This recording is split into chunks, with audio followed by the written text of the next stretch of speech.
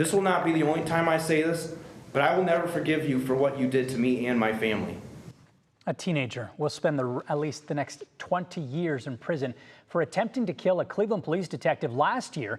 Here's a look back at the scene and his day in court.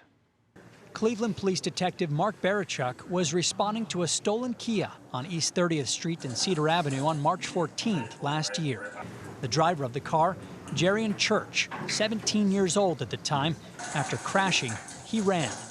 When Detective Barachuk caught up to him in his car, Church turned and fired 4 shots as he was getting out. On the ground right now!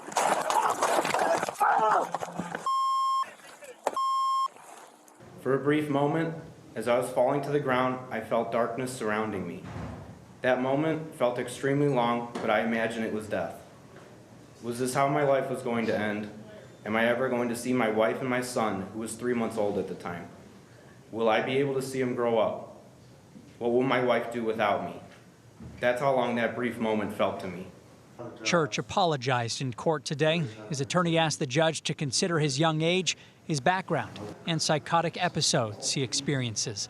The judge sentenced him to 20 to 25 years in prison for attempted aggravated murder, among other charges.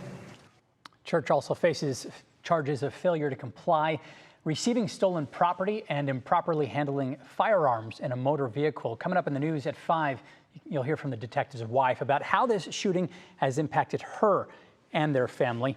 And he said one of the things in court that he said was just the most difficult about this. He gets home from the hospital and realizes he can't pick up his son. He was just a few months old at the time. 3 months old. Yeah. And to hear that detective address the court, but also that teenager, that was a very powerful moment. Yeah, he did that a few times. And so we'll hear more from his testimony as well as from his wife or their impact statements at 5 and 6. All right, Matt, thanks. Yep.